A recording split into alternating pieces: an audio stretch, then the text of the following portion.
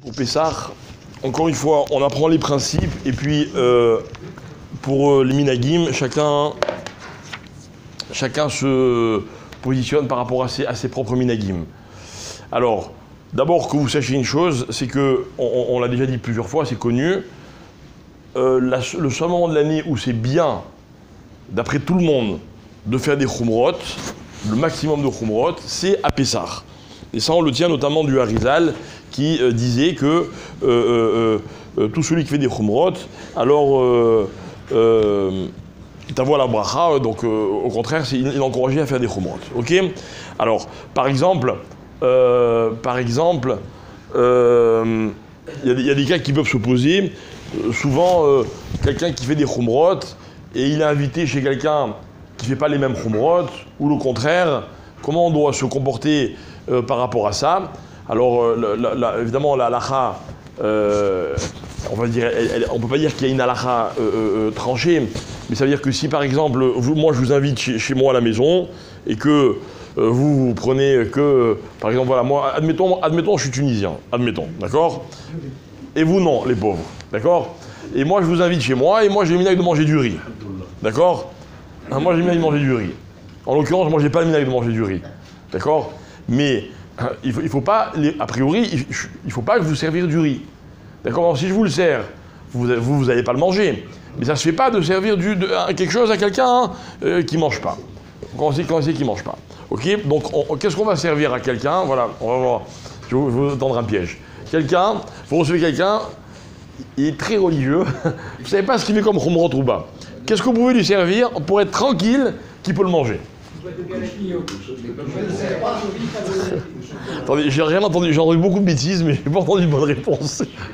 Les galettes, il n'y a pas plus problématique que les matzot. Je le sers pas.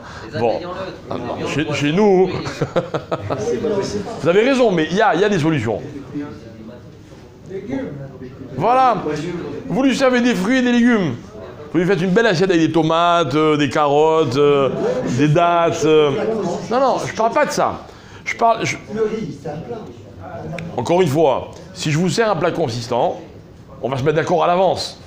Moi, franchement, quelqu'un m'invite pendant Pessah, ok, je vais pas, c'est pas antipathique de ma part, hein, mais je vous dis tout de suite, c'est une galère. Vaut mieux, pendant l'année, vous pouvez m'inviter autant que vous voulez, d'accord? Mais à Pessah, c'est un problème. Vous êtes tunisien? Hein? Non. Vous êtes tunisien, vous? Moi, non. Alors, comment on va faire? Par contre, vous pouvez venir manger. Bon, je plaisante. Mais la vérité, c'est qu'à Pessah, on avait un minhag chez nous. Chacun, il mange chez soi. D'accord? Parce que comme ça, on est tranquille. Mais si je reçois des gens chez moi, alors je vais m'efforcer de faire les minhagim de l'autre. Moi, par exemple, je vous donne un exemple. Ma mère, Tizachia Letov, elle a plusieurs gendres, et chacun, il a ses chumrot. D'accord? Et bien, quand elle fait à manger, elle fait en fonction de chaque gendre. Il y a par exemple un msoki pour celui qui ne mange pas la matzah trempée, pour celui qui ne mange pas les kitniot, pour celui qui ne mange pas et pour ceux qui mangent tout. D'accord? Sincèrement, c'est comme ça.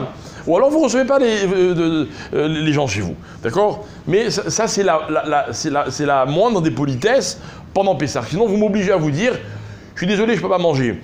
Maintenant, je ne suis pas de ceux qui considèrent que ça se fait d'aller chez quelqu'un et de lui dire je ne mange pas. D'accord? Ça ne se fait pas. D'accord, c'est un problème à traiter ultérieurement. Mais à Pessah, ce que je disais à l'instant, la chumra, c'est mes koubal de faire des chumrot. Donc si je vous invite chez moi et que vous me dites je suis désolé, je ne mange pas, je ne vais pas me vexer. C'est les règles du jeu de Pessah. D'accord? Alors justement, quelques chumrot qui sont, on va dire, homologués. D'accord? La première chumra, c'est les kitniot. Qu'est-ce que c'est que les kitniot? En français, ce qu'on appelle les légumineux. D'accord? Donc il y a beaucoup de gens qui ne prennent pas tout ce qui est kitniot. Donc, par exemple, les fèves, le pois chiche, les haricots, etc., les lentilles, ok, ils ne prennent pas. Maintenant, dans le minhag des kitniot, il y a deux niveaux. Il y a ceux qui ne prennent pas uniquement ce qui est sec, razak, et il y a ceux qui ne prennent pas tous les légumineux. Par exemple, vous voulez faire un plat de lentilles, ok, bon, je ne sais pas si les lentilles frais, ça existe sur le marché, vous pouvez acheter frais, mais pas ce qui est sec. D'accord? Bref, là encore une fois, ce sont des minagim. Il faut suivre son minag dans sa famille. Quoi? Ok. Maintenant, autre cas. Alors maintenant, on va parler des matzot. D'accord? Donc les matzot, il y a 3 catégories de matzot. D'accord? Maintenant, dans chaque catégorie, il y a des sous-catégories à n'en plus finir. Mais grosso modo, les 3 catégories, c'est quoi? C'est matzot faites à la main, matzot faites à la machine et matzah ashira. D'accord? Donc, allons-y progressivement. La matzah faite à la main, ok, elle a un avantage. Quel est l'avantage de la matzah faite à la main? C'est que chaque étape de la fabrication de la matzah, elle est faite l'Echem mitzvat, matzot mitzvah. C'est-à-dire il y a dedans la kavana de la mitzvah qui va être faite par cet objet, cette matzah. Ok? À l'inverse, la matzah faite par la machine, ben, il y a la kavana au moment où on appuie sur le bouton ou je sais pas quoi, on met la machine en marche, mais une fois que la machine elle se met en marche toute seule, il n'y a pas de kavana. Évidemment, c'est une machine. Mais l'avantage de la matzah machine par rapport à la matzah main, c'est quoi? C'est que une machine moderne, non, à part que c'est plus digeste, c'est pas au niveau cache-route, une machine moderne, elle est infaillible. C'est quoi elle est infaillible? Comment ça marche? Si vous allez visiter une usine de machine, vous avez une chaîne de fabrication, d'accord? À l'entrée de la chaîne, on met la matzah, la farine et l'eau, et à la fin de la chaîne, vous avez un carton de matzot. Ok? Il faut 18 minutes, d'accord, pour ne pas que ça devienne chametz. C'est entre le moment où l'eau et la farine se sont mélangées et le moment où la matzah elle est cuite, il ne faut pas qu'il y ait plus que 18 minutes. D'accord? Ça c'est la lacha des matzot. La machine, quoi? Comment où ça rentre dans le four? Comment où ça rentre? Normalement jusqu'à la fin de la cuisson. Mais de façon générale, les fours de matzot sont des fours qui montent à une très haute température. D'accord? Pour des raisons techniques. Et donc en général, dès qu'on a rentré dans le four, c'est bon. Ok? Maintenant. Ok, donc la matzah, alors la machine elle est capable de fabriquer, je sais pas, j'ai une bêtise, 100 kg de matzot en 18 minutes. D'accord? Elle est très perfectionnée. Très bien. Mais au bout de 18 minutes, il faut que la machine elle soit nettoyée complètement. Pourquoi? Parce que dans le produit de fabrication, il y a un moment où la pâte elle est pétrie, ok, et il va rester peut-être des petits morceaux de pâte, des miettes, d'accord, tout ça avant d'arriver au four. Donc ces miettes-là, elles vont devenir chametz. Donc quand la deuxième fournée elle arrive, elle va rentrer en contact avec ce chametz, ça va rendre tout chametz. Donc qu'est-ce qu'il faut? Et c'est le cas des machines. Non, c'est des machines qui s'auto-nettoient, mais à la perfection. Et normalement, là où il y a une bonne surveillance, on vérifie à chaque fois, toutes les 18 minutes, que la machine elle a été parfaitement nettoyée. Mais quand ce processus il est respecté convenablement, il n'y a aucun risque. À l'inverse, une machine faite à la main, faite par l'homme, il y a plus de défaillances possibles chez un homme que chez une machine. Il a pu oublier, il a pu ne pas voir, il a pu ceci, il a pu cela. Donc c'est un grand débat. Et ils peuvent vraiment avoir la kavana, ceux qui font un aman. Et alors? Ils ne pas qu'ils peuvent, ils doivent. Dans la fabrication des matzot, sans arrêt, on dit les shem, matzot mitzvah, les shem, matzot, à toutes les étapes, d'accord? Donc on a l'intention. Ok, maintenant, on ne fait pas ça par plaisir. C'est contraignant de faire des matzot. Ok, maintenant, le débat c'est quoi? Certains vous disent, ah non, moi je préfère une matzah qui est lishma. D'autres disent, non, moi je préfère une matzah où je suis sûr qu'il n'y a pas de chametz. C'est un débat. Maintenant, pour être tout à fait honnête, une matzah faite à la main par des gens qui sont vraiment consciencieux, ok, elle a tous les avantages. Après, ça dépend à qui vous faites confiance. Ok? Donc, qu'est-ce qu'il faut faire? Ce qu'il faut faire, c'est la chose suivante. Celui encore une fois, chacun se positionne comme il veut. Il y a des gens qui ont le minag de ne pas manger de matzah machine toute la fête, d'autres pas de matzah faite à la main. Voyons quel est l'idéal. Le soir du Seder de Pessah, le premier soir de Pessah, on a une mitzvah midéoraïta de manger de la matzah. Tout le reste de la fête, j'ai pas faim, je mange pas de matzah, je suis pas obligé. Le soir du Seder, j'ai la mitzvah. Donc si déjà j'ai une mitzvah, au moins pour que la mitzvah soit bien faite, il faudrait que la matzah elle-même, elle ait été faite dans la kavana, que je puisse accomplir la mitzvah avec elle. Donc le premier soir, c'est bien de manger de la matzah faite à la main, hein, lishma. Shmura, non, shmura c'est encore autre chose. La matzah faite à la main avec la kavana. Tout le reste de la fête, c'est beaucoup moins important, puisque j'ai plus besoin que la mitzvah elle soit faite lishma. Ce qu'on appelle shmura, ce que j'ai expliqué, c'est l'histoire des 18 minutes. Shmura, on va dire, c'est un label de contrôle dans la fabrication de la matzah. Ok? Donc on a expliqué main, machine, les avantages et les inconvénients. Ok? Maintenant, La troisième, c'est quoi? C'est matzah ashira. Qu'est-ce que c'est que matzah ashira? Alors écoutez bien. Pour que de la pâte soit chametz, il y a une règle. C'est que la pâte chametz, c'est de la farine qui est mélangée avec de l'eau, mais uniquement de l'eau. Donc j'ai le droit de prendre de la farine normale, ok, évidemment qui n'a pas été chametz, de la mélanger avec un jus de fruits, ou avec des blancs d'œufs, ou du vin, ou ce que vous voulez, jus de raisin, attention, il peut y avoir de l'eau, et de faire de la pâte. Et cette pâte-là, je vais en faire un gâteau. Et le gâteau, ben, il ne peut pas être chametz, puisqu'il n'y a pas eu d'eau. Ce qu'on appelle matzah ashira. Matzah ashira, Rabotai, c'est le plus grand débat et le plus grand conflit, l'un des plus grands conflits dans les halachot de Pessah. Il y en a qui disent surtout, faut pas du tout, on n'a pas droit. Et d'autres qui disent on a droit. Grosso modo, selon les Sfaradim, matzah ashira, on a le droit. Ok, demandez à nos amis constantinois ou oranais, d'accord, de leur enlever la galette, comment on appelle ça, la galette à Laurence, c'est un drame. C'est plus, la bienfaisance, c'est plus Pessah. Ok, très bien. Maintenant, le problème, c'est quoi? Le problème, c'est quoi? Et le problème que je vais soulever, c'est un problème dramatique. Parce que ça peut tout changer. On va passer de Kachel et Pessah, Moutar les Khatrila, à Chametz Gamour. C'est quoi? C'est qu'une matzah ashira, dans laquelle il pourrait y avoir un tout petit peu d'eau, c'est-à-dire une goutte, ça devient tout de suite du chametz. Ok? Donc par exemple, vous faites des gâteaux ou de la matzah, comment on appelle ça? La bienfaisante par exemple, ok? C'est grosse matzot, ok? Non, j'y suis pas encore. Ça c'est une autre halakha. Dans la fabrication, il suffirait qu'il y ait une goutte d'eau qui tombe, ok? Pour que ça devienne du chametz. Par exemple, alors il donne un exemple. Ouais, ils sont respectés, mais bon. Non, on a perdu les 18 minutes. Avec le jus de fruits, c'est... Ah, le jus de fruits, il accélère le processus de... J'y suis pas encore. Maintenant, il prend l'exemple de l'alcool. L'alcool, il a tendance à s'évaporer et à lâcher de l'eau. Donc moi, je n'ai pas rajouté d'eau. Mais j'ai mis un alcool, mais le problème, c'est que l'alcool, il va provoquer une certaine humidification. Tac, c'est du chametz gamour. Voilà pourquoi la plupart des poskim, ils vous disent, touchez pas à ça. Tous les gâteaux qu'on vend dans le commerce, machin, etc., pendant Pessah, il vaut mieux éviter. Il vaut mieux éviter pour vous, même pour les enfants. C'est plus une khumra. C'est un khashash, c'est un risque de chametz gamour. Donc vraiment, il faut être prudent avec ça. Pourquoi vous allez jusqu'à cette étape d'évaporation? Dans du vin, dans du jus de raisin, il y a de l'eau.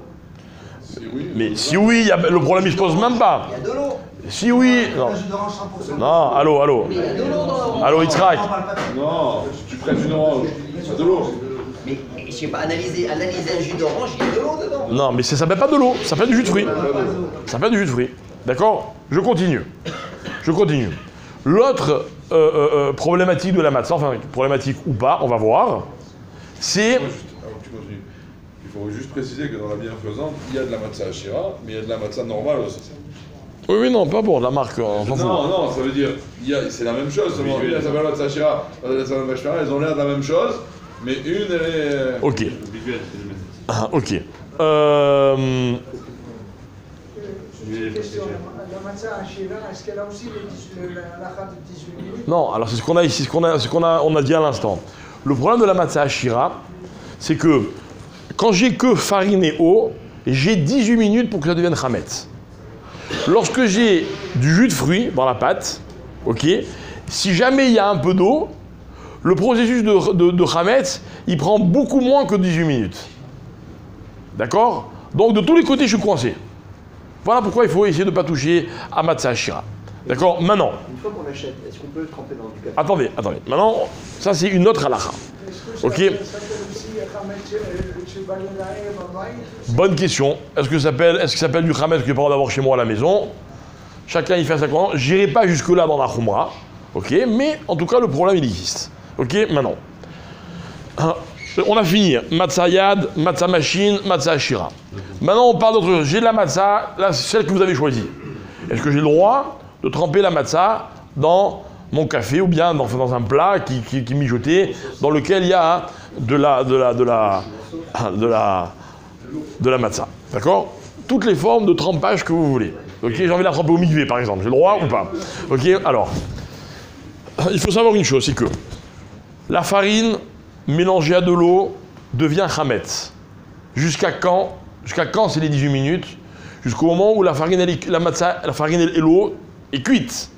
À partir du moment où le mélange farine et eau est cuit, donc il est devenu matzah, il ne peut plus jamais devenir chametz.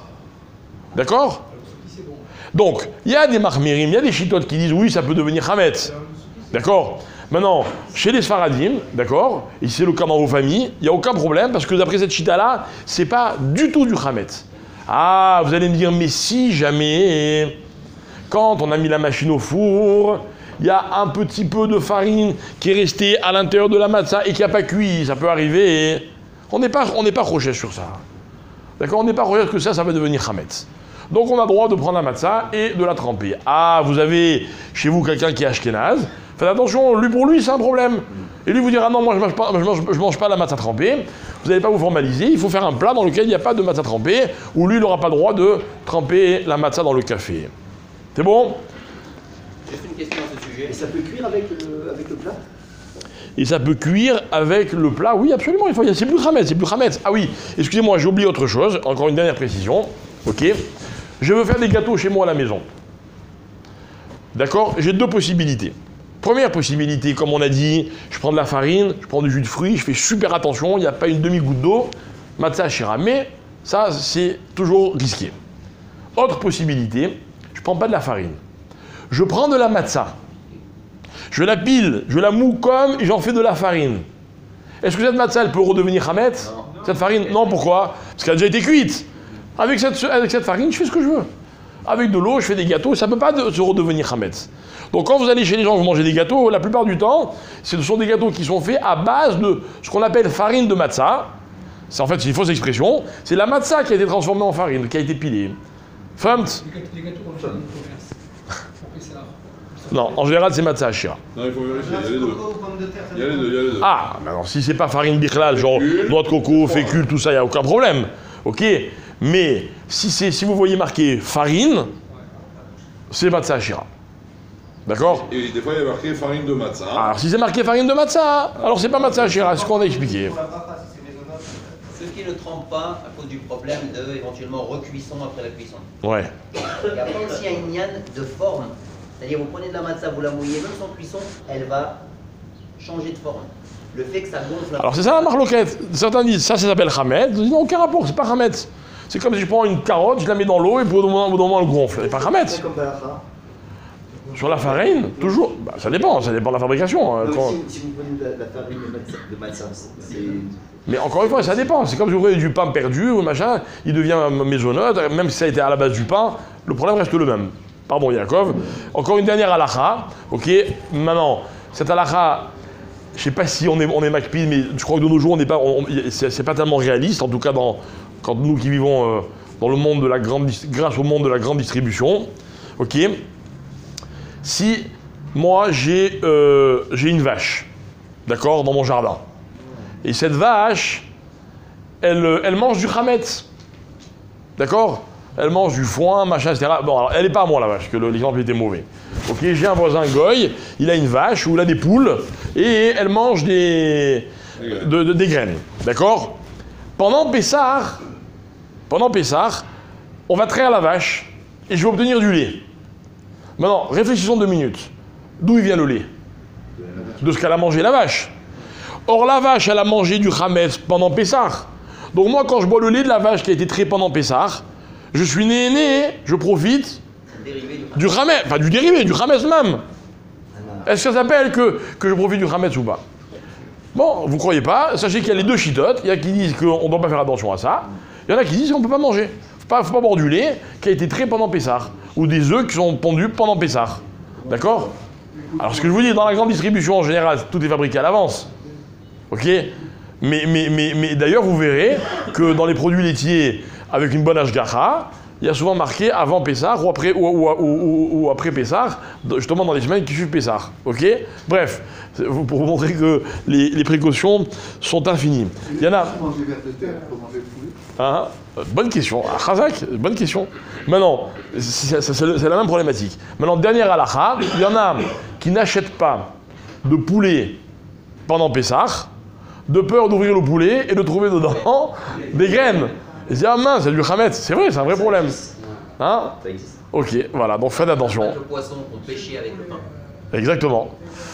Dernier point, et pas des moindres, je vous rappelle que nous changeons d'heure ce soir, et que donc demain matin la Tefila aura lieu à 7h30, GMT plus 3.